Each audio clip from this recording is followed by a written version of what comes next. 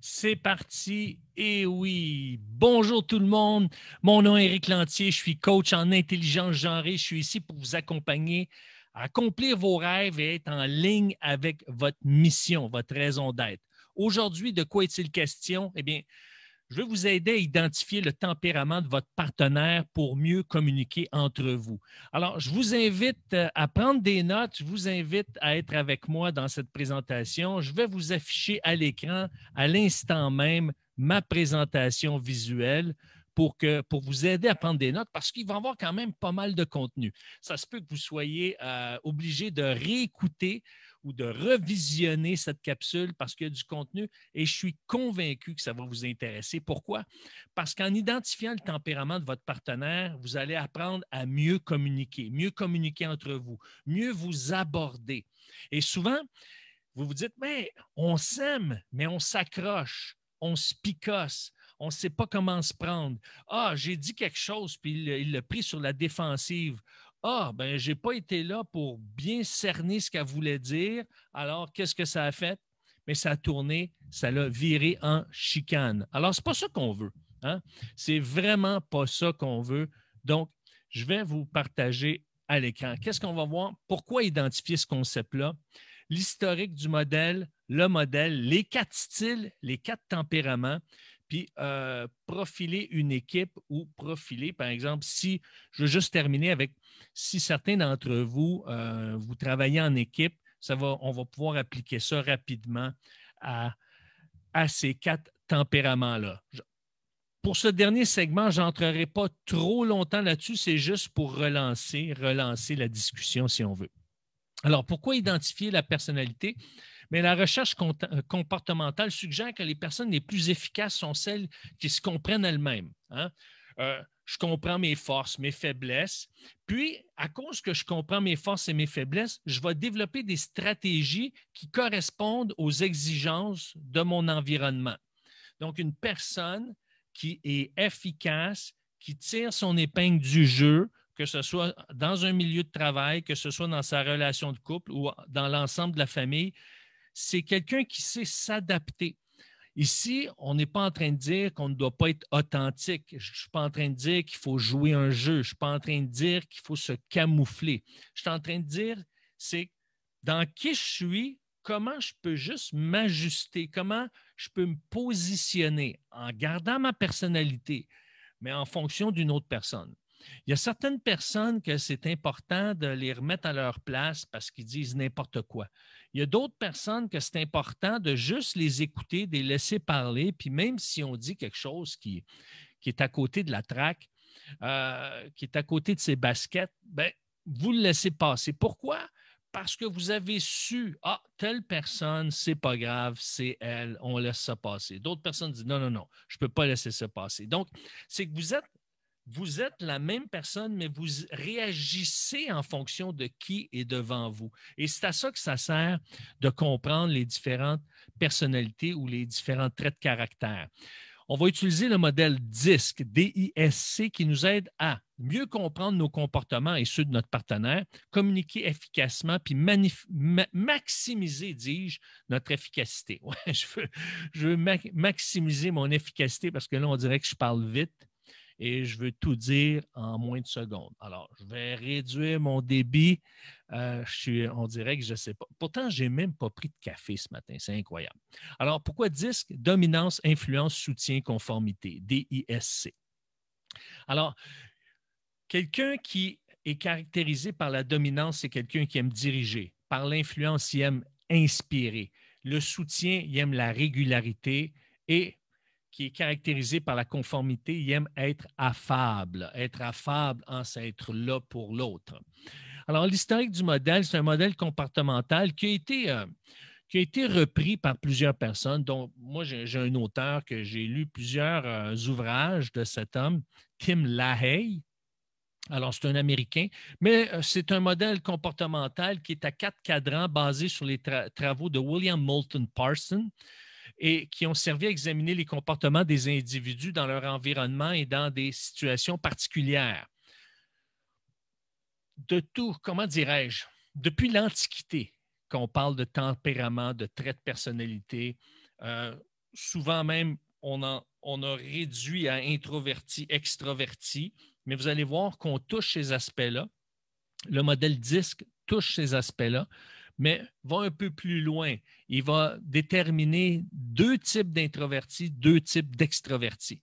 Donc, ça fait référence au style de comportement et des préférences comportementales que chaque type de personnalité ou chaque tempérament va illustrer. Voyez-vous, vous avez les extravertis ici sur ce cadran qui sont orientés vers la tâche ou vers des gens. Vous avez des introvertis ou des gens réservés qui peuvent être soit orientés vers la tâche ou vers les gens. Donc, le D, c'est un extraverti orienté vers la tâche. Le C, un introverti orienté vers la tâche. Le I, un extraverti orienté vers les gens. Et le S, un introverti orienté vers les gens. Donc, ça vous donne une idée. Qu'est-ce qui arrive, c'est que la majorité des hommes et des femmes sont caractérisés par les 4 facteurs comportementaux à différents degrés d'intensité. Donc, ça se peut que vous écoutez ou vous visionnez cette capsule et vous vous dites « Ah oui, ben moi, je me retrouve dans deux des cadrans ou dans 3 des cadrans même. Il est même possible que vous soyez dans 4 cadrans. Maintenant, il est possible également que vous ayez seulement 10 de S ou 7 de I ou 8 de D ou, je ne sais pas moi, 15 de C. Donc, on est un mélange de ces 4-là, mais il y en a toujours un qui ressort davantage, d'accord? Ou qu'on laisse ressortir davantage. Hein? Ça, on pourrait le dire comme ça. Donc, le D, le dominant, c'est celui qui dirige, celui qui est déterminé, qui est caractérisé par le faire, qui va être souvent impatient. Il veut ça maintenant.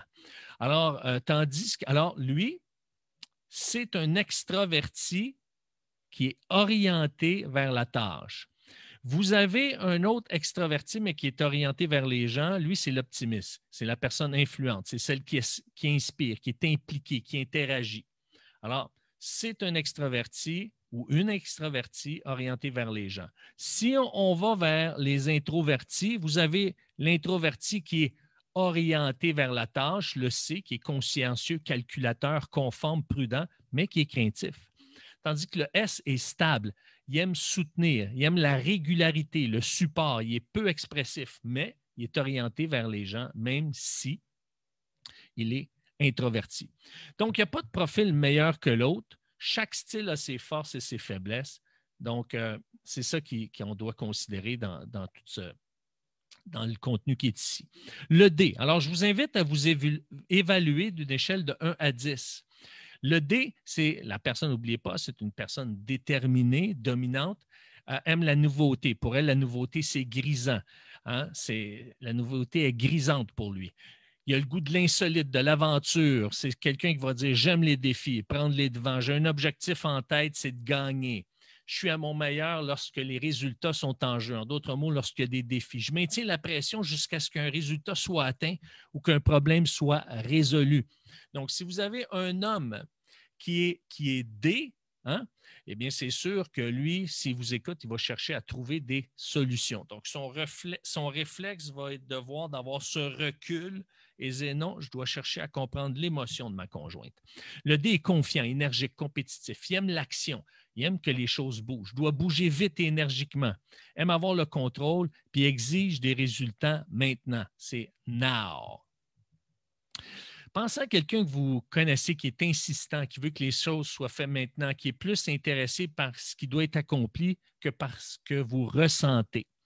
Eh bien, c'est un modèle D. Un exemple extrême du D, c'est Rambo, qui fait le travail, qui éclate de toutes parts, il veut que ça marche, il veut du résultat. Donc, ça, c'est un exemple extrême, évidemment. Alors, ce ne sont pas tous les D qui sont des Rambo. La préférence du D, c'est aimer diriger, être en charge. Son angle mort, ce qui capte moins bien, c'est comment les autres se sentent. Sous la pression, comment il va répondre? Eh bien, il va dire « OK, faites-le ». Il va donner des ordres. Et à l'approche des tâches, c'est « on le fait maintenant ». quand il approche des personnes, ce qu'il cherche chez les gens, c'est d'obtenir des résultats. Il veut se servir des gens pour obtenir des résultats. Et ce n'est pas nécessairement parce qu'il y a un mauvais esprit ou parce qu'il y a des motifs cachés. Non, non. Lui, il veut des résultats, puis il se dit, si on travaille ensemble, c'est pour obtenir des résultats. On est là pour ça. Donc, dans sa mentalité, les gens font équipe avec moi pour ça. Donc, ce n'est pas qu'il se sert d'eux nécessairement. Ça peut arriver qu'un dé se sert des gens pour arriver à ses fins. Mais un dé bien intentionné, même s'il fait ça, ce n'est pas nécessairement dans ses motifs, dans sa motivation, ce n'est pas malsain parce qu'il dit on contribue tous à un résultat, puis on va tous être satisfaits par un résultat, du moins dans sa perspective à lui. Lorsqu'il se sent acculé, donc, OK, il est pris au piège ou il vient d'être confronté. Pour lui, c'est une attaque. Et lui, il va répondre par une attaque frontale et agressive. Il va répondre agressivement. « Hey, wow, tu viens de me piler ses pieds, tu vas le savoir. » Sa peur secrète, ça c'est intéressant. Qu'on profite de lui. Lui, il a cette peur qui l'anime. Et il aime faire des choses lorsque, dans quel contexte il aime faire des choses quand il va découvrir la façon la plus rapide, la plus efficace de faire la chose, de l'accomplir. Quelle est la meilleure façon de gérer le comportement du dé? Hein? Si vous êtes marié à un dé ou à une dé, alors comment qu'on s'y prend? Être bref, clair, précis, rester attaché au sujet, ayez des arguments solides. Si vous voulez discuter avec un dé, avec une personne dominante, hein, avec un mâle alpha, ou une femme alpha, eh bien, ayez des arguments. C'est certain qu'il va chercher à vous convaincre et pour le convaincre, il faut attacher sa tuque avec de la broche. Ne parlez pas des choses qui ne sont pas pertinentes ou pas reliées au problème. Il va vous le faire savoir ou il va vous le faire sentir. Ne laissez pas des failles ou des problèmes en suspens. Ne soyez pas nébuleux avec cette personne-là. Et si vous travaillez avec une personne qui est dé, il ne faut pas avoir de l'air désorganisé parce que là, vous allez perdre soit du respect ou du moins, il ne vous fera pas confiance. Il ne voudra pas travailler en équipe avec vous. Donc, pour lui, pour cette personne-là, être désorganisé, ce n'est pas dans tous les cas, mais dans certains cas, ça pourrait être vu comme un signe de faiblesse. Mais ce qu'il faut voir, c'est qu'on n'a pas tous le même niveau ou le même sens d'organisation. Il n'est pas aussi pointu chez une personne comme chez l'autre. Alors, c'est important que le dé le considère ça. Alors, pour le I, d'accord, donc une personne influente, eh bien, c'est important pour moi, si je suis un I, d'aimer et d'être aimé. Je parle ouvertement et longuement aux autres. Souvent, on a des verbomoteurs qui sont des I. Pas toujours, mais ça arrive régulièrement. Je déteste qu'on me néglige ou ne pas être impliqué. Il veut faire partie de l'action, veut faire partie de la parade. Il utilise l'optimisme pour se motiver puis pour motiver les autres. Puis il a besoin d'interagir avec les autres au travail et socialement. Ce n'est pas quelqu'un qui va aimer travailler dans son bureau à journée longue. Pourquoi? Parce qu'il aime parler, il est enthousiaste, il est énergique. Hein? Voyez-vous, c'est un extraverti. Il est intéressé par ses amis et les gens. Il influence les autres. Il est optimiste, stimulant, personnel. Il peut être éparpillé, mais il est amusant et sympathique. Il va être bavard. Ça ne veut pas dire que tous les I vont raconter vos secrets, mais c'est quelqu'un qui, règle générale, on parle de généralité ici, va parler beaucoup, aime la variété, puis être le centre d'attraction. Il aime être au milieu des choses. Vous êtes, par exemple, réunis dans la salle de repos, vous êtes en train de dîner, puis là, il y a un silence qui vient de s'intégrer. Il va sortir quelque chose, puis là, tout le monde va partir à rire ou il va relancer la discussion. Il aime être une bougie d'allumage. Si ton partenaire est caractérisé par le I, il aime parler, s'intéresse beaucoup à ses amis et aux gens. Moi, j'ai un ami, à chaque fois que j'ai voyagé avec lui, on a voyagé parce qu'on est des collègues, d'une part, des fois on voyageait ensemble, deux collègues. Je me souviens, on a pris le traversier ensemble, puis on avait beaucoup de plaisir. Comment dirais-je, on s'est ramassés à quelques reprises pour être tous les deux ensemble, sans nos conjointes.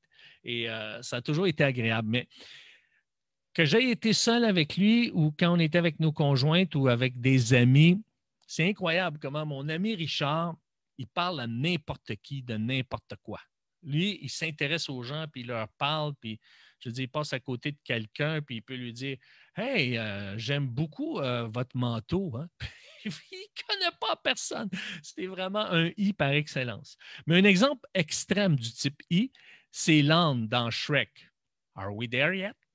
Est-ce qu'on est arrivé? Il parle tout le temps, puis il se met souvent le nez dans les affaires des autres, puis il se met le pied dans les plats également. Alors ça, comme je vous dis, c'est un exemple extrême. Alors là, il a sa préférence qui aime persuader les autres. Lui, il a toujours trouvé la meilleure recette de la tarte au sucre. Mais, je ne sais pas s'il a trouvé la meilleure recette de la sauce à spaghetti. D'accord? Donc, l'angle mort, ben, il faut lui rappeler des engagements passés parce que des fois, il peut avoir tendance à oublier. Il est beaucoup dans le ici, le maintenant, dans l'instantané. Il est stimulé par ce qui se passe là, là. Alors, sa réponse sous la pression, c'est de devenir insouciant, imprévisible. L'approche des tâches, c'est amuse-toi, il faut avoir du fun.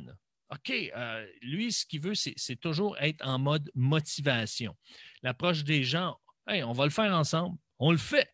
Alors, lorsqu'il se sent acculé, là, il est confronté, puis ça le dépasse un peu, il va entrer dans des attaques émotionnelles et verbales. Il peut jouer avec les sentiments. Sa peur secrète, c'est la perte de reconnaissance sociale. Et il aime faire les choses de manière amusante. Donc, c'est important de comprendre la peur des gens parce que beaucoup de nos décisions, de nos réactions, de notre positionnement va provenir d'une peur. D'accord? Alors, quelle est la meilleure façon de gérer le comportement du I? Eh bien, offrir un environnement chaleureux, convivial. Ne pas traiter de beaucoup de détails, hein? Dans le sens qu'il y aller d'une façon générale ou s'il y a beaucoup de détails, donnez les principaux. Laissez-le vous approcher, vous poser des questions. Si, par exemple, vous avez une liste d'épicerie, ne faites pas juste lui dire verbalement, envoyez-lui par texto pour parce qu'il risque d'en oublier quelques-uns, parce qu'à un moment donné, il va se mettre à parler à quelqu'un dans une allée où il va demander à l'autre « Hey, toi, tu mets cette épice-là dans quoi? » Tu sais, puis il va se mettre à parler, donc, puis il peut oublier pourquoi il était là. Alors, poser des questions qui font appel aux sentiments pour savoir ce qu'il pense ou ce qu'il vit. Donc, comment il vit les choses? Qu'est-ce qui se passe? Comment tu te sens? Alors, demandez-lui la question, hey, comment tu te sens là-dedans? Il va vraiment aimer ça. Cette personne-là va aimer ça. Donc, c'est important de ne pas être sec, de ne pas être froid, de ne pas avoir les lèvres serrées avec cette personne-là. C'est important de ne pas contrôler la conversation. Donc, c'est sûr qu'une personne qui parle beaucoup, a peu d'espace, mais essayez pas de l'interrompre. Essayez de la suivre puis de voir comment vous pouvez vous glisser. Alimenter la discussion sur des faits, des chiffres, des alternatives ou des éléments abstraits. Pourquoi? Pour le relancer, pour le ramener sur un autre tableau, pour tenter de l'intéresser également pour qu'il voit que vous êtes avec lui, vous êtes avec cette personne-là. Le S maintenant, la personne qui aime être en soutien. Il est facile à vivre et détendu, apprécie des relations étroites et durables avec des petits groupes. Ce n'est pas la personne des grosses gangs, c'est des plus petits groupes. Elle est fiable, prévisible, fidèle. C'est un auditeur patient qui n'aime pas prendre des décisions rapides, qui va être sympathique, coopératif, patient, aime qu'une rencontre soit détendue et informelle, a besoin de temps pour réfléchir avant d'agir, se sent en sécurité quand les gens s'entendent et que les choses restent les mêmes, besoin d'une tape occasionnelle dans le dos. Et donc, voyez-vous, c'est quelqu'un qui aime la stabilité, qui aime le confort. Donc, un type extrême du type S, c'est Forrest Gump. OK? Forrest Gump, on parle dans les extrêmes ici. Hein? C'est quelqu'un de chaleureux, coopératif, qui aime la stabilité. Sa préférence, c'est aimer, soutenir et aider. Son angle mort, c'est agir rapidement sur les problèmes. on ne peut pas bousculer un S. Sa réponse sous la pression, il va être hésitant, indécis. L'approche des tâches, ben, on s'assoit puis on le fait. Donc, c'est vraiment dans un autre mode. C'est pas qu'on le fait. OK, on va s'asseoir puis on va le faire. L'approche des personnes, je peux le faire avec toi, je suis là pour toi. Lorsqu'il se sent acculé, il va être têtu, renfermé et passif. Donc, sa façon de comment dirais-je, de s'objecter, eh bien, c'est par la passivité. Sa peur secrète, c'est le changement ou être confronté. Et il aime les choses, il aime faire les choses quand c'est dans l'univers du connu, la voie du connu. Le S, la meilleure façon de gérer le comportement du S, eh bien, c'est de commencer par un commentaire personnel, briser la glace. Donc, vous l'abordez sur un élément qui est connu, qui le touche personnellement. Vous abordez la discussion doucement, de manière non menaçante. Utilisez les questions du genre hey, « Comment tu vois ça? » pour qu'il puisse se faire son opinion. Hey, au lieu de lui dire hey, « Tu devrais faire ça. » Hey, toi, dans tel contexte, comment vois-tu ça? Alors, ça, c'est important. Ça le refocus sur lui, il se situe. Des fois, si vous lui dites hey, « Comment tu vois ça? » Il peut avoir un moment de silence. Il va réfléchir, puis là, tranquillement, va répondre. C'est important avec cette personne-là de ne pas se précipiter dans les affaires, de ne pas lui mettre de pression, de ne pas être directif ou exigeant, de ne pas le forcer à répondre rapidement à vos attentes. Donc, si vous avez besoin de discuter de quelque chose puis vous souhaitez une réponse, préparez-vous un peu d'avance, c'est mieux. Pour laisser mûrir et ne pas lui mettre de pression, ça va être contre-productif de toute façon. Le C, j'ai besoin de savoir exactement. Donc, le C, c'est une personne qui aime se conformer, d'accord? Qui aime les protocoles. Mais il a besoin de savoir exactement ce que je suis censé faire avant de commencer. OK, c'est quoi qu'on fait là? Où est-ce qu'on s'en va? Combien de temps ça va prendre?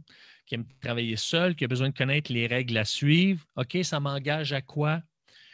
Qui aime travailler systématiquement, qui a un bon œil pour le détail, qui a des normes précises et élevées, qui est structuré, organisé, fonctionnel, formel, fonctionne selon le système avec peu de temps. Donc, dès qu'il comprend le système, dès qu'il comprend comment faire les choses, bien, il rentre dans le moule puis il le fait.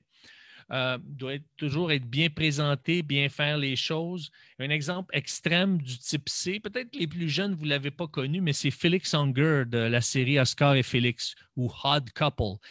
Ça, c'est intéressant parce qu'Oscar et Félix, c'était un gars bien organisé, qui est méticuleux du détail, puis un autre qui était pantouflard, qui n'avait pas nécessairement des bonnes manières, et les deux vivaient ensemble. Et on a même produit un film il y a quelques années. Oh, ça doit faire un vieux film, une 15-20 ans de ça, là-dessus. Et c'était toujours drôle parce que vous avez un homme très, très bien organisé, méticuleux à l'extrême. Évidemment, c'est caricatural avec quelqu'un qui est très laissé aller. Alors, ça faisait une belle paire pour rigoler et voir comment que ces contrastes comment ils pouvaient vivre ensemble et être si différents. Mais on parle d'un exemple extrême du type C. Felix Unger, qui était très méticuleux, très détailleux, qui avait les manières. Donc, ce ne sont pas tous les C qui sont comme Felix Unger. On parle d'extrême, de caricature ici. La préférence du C. Il aime la qualité, l'excellence. Son angle mort, c'est qu'il ne voit pas toujours la vue d'ensemble. Alors, quand il est sous pression, il va être pessimiste, pointilleux, il va voir les détails qui ne sont pas, comment dirais-je, il va voir ce qui accroche, hein, puis il va le mettre en lumière, va le mettre en évidence. L'approche des tâches, c'est fais le bien la première fois. Donc, tout ce qui mérite d'être fait mérite d'être bien fait, puis avec cette personne-là, ça doit être bien fait dès le départ. Donc, son approche envers les autres, c'est faisons chacun notre part. OK? On a chacun notre responsabilité, chacun notre part. Il aime ça quand c'est juste, quand c'est égal. Mais quand il se sent acculé, il va être sur la défensive, il va devenir technique. Il peut revendiquer là, des droits selon des articles, etc. Ou il peut revenir sur des faits. Oui, mais toi, donc, Quand il se sent acculé, il va devenir sur la défensive. Il va être très technique dans son approche. Sa peur secrète, c'est l'inconnu, l'indéfini. Donc, soyez clair avec cette personne-là. Et aime faire les choses par les règles. Est-ce qu'on est en règle? Est-ce que c'est correct? Donc, aime être sécurisé, évidemment. Quelle est la meilleure façon de gérer le comportement ou d'aborder une personne qui est de type C? Bien, préparez votre dossier à l'avance. Préparez vos arguments à l'avance si vous avez besoin d'une discussion ou si vous devez changer le plan de match. Préparez-vous et préparez la personne. Restez fidèle le plus possible aux procédures. Soyez précis et réaliste. Ça, c'est important. Surtout si vous êtes de type I.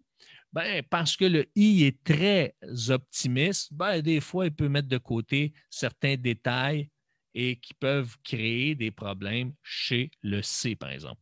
Ne pas être étourdi, ne pas être décontracté, trop décontracté, informel ou bruyant. Donc, ça veut dire quoi? Les C aiment ça quand les choses sont à leur place. Ça ne veut pas dire qu'ils n'aiment pas s'amuser, mais s'amuser dans l'ordre. Il ne faut pas pousser trop fort ou être irréaliste avec les détails. Être désorganisé ou désordonné, ça ne plaît pas à la personne C. Donc, je voulais juste vous mentionner que si vous faites partie d'une équipe, parce que ces commentaires-là, ces définitions-là peuvent vous aider dans l'univers du travail ou du travail en équipe. Les D sont les initiateurs et les conducteurs. Ils ne se laissent pas intimider par les problèmes. Les I sont les motivateurs, ceux qui fournissent une énergie, un enthousiasme et du plaisir. Le S aligne l'équipe et travaille sans relâche pour mener à bien le projet. Donc, il est un soutien et vraiment, il donne un support à l'équipe. C assure le contrôle de la qualité et s'occupe avec plaisir des détails délicats. Donc, le C, c'est quelqu'un qui est vraiment indispensable si vous voulez de la qualité, vous voulez de la minutie, vous voulez de la précision. Alors, une équipe bien équilibrée voudrait que ces 4 attributs fonctionnent harmonieusement, évidemment. C'est clair. Juste un petit rappel, toutes les personnes qui ont eu les 4 facteurs ont en eux les 4 facteurs comportementaux à différents degrés. Chaque style a ses forces et faiblesses. Donc, même si on a un peu des 4, mais ce n'est pas nécessairement au même degré d'intensité. Il y en a certainement un qui a une intensité plus forte chez vous que les autres, ou peut-être 2 qui sont assez forts. Sous le stress, les gens peuvent masquer ou s'adapter à d'autres styles par technique de survie, par exemple. Un I naturel peut se présenter comme un D parce qu'ils ont appris à s'adapter au comportement du D par le biais du stress ou des pressions. Donc, ça se peut qu'on s'ajuste dans le stress. Par exemple, un I qui va être très verbal, très vocal, s'il s'est fait toujours dire, bon, OK, calme-toi, non, c'est pas le temps, tu parles trop fort, ça se peut que dans certains contextes, il s'adapte puis il soit un peu plus calme, un peu plus silencieux. Et là, quand il se trouve en terrain connu, là, il s'éclate. Ça, c'est possible. Au sens du couple, moi, j'ai 2 questions que j'aimerais vous poser. C'est, avez-vous repéré le tempérament de votre partenaire dans ce qui vient d'être dit, dans ce qui vient d'être mentionné? Puis, comment pouvez-vous personnaliser votre approche pour faciliter la communication avec votre partenaire? Donc, moi, je suis là. Je suis là pour vous.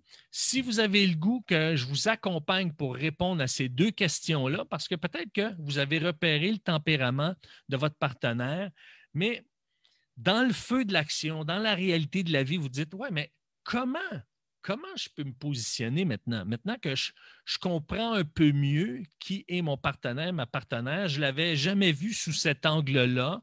Je n'avais jamais considéré que ses réactions, ce n'est pas qu'il n'est pas correct, ce n'est pas qu'il ne m'aime pas, c'est que son tempérament le pousse à agir comme ça. Puis ce n'est pas parce que notre tempérament nous pousse d'agir d'une manière on ne doit pas faire attention, mais c'est que naturellement, on réagit et parfois, on ne s'en rend tellement pas compte parce qu'on est tellement habitué, on ne se rend pas compte qu'on dérange l'autre, qu'on blesse l'autre. Et quand l'autre nous manifeste qu'il est blessé, mais là, ça nous dérange parce qu'on se dit hey, « je ne peux plus être moi-même ». L'idée, c'est pas de tomber dans le piège d'essayer de ne plus être nous-mêmes, mais comment nous-mêmes peut vivre en harmonie avec l'autre personne qui va être elle-même. C'est ça qui est le défi. Et moi, je peux vous accompagner là-dessus. Et pour vous remercier d'avoir assisté à cette mini-conférence, et si vous avez le goût de reconnecter sur des nouvelles bases, et moi, je vous offre une séance de 45 minutes pour répondre à vos questions, vous aider à voir clair. Parce que si vous ne savez pas à quoi ça a l'air l'harmonie dans le couple, eh bien, vous ne pouvez pas la rechercher et vous ne pouvez pas la retrouver.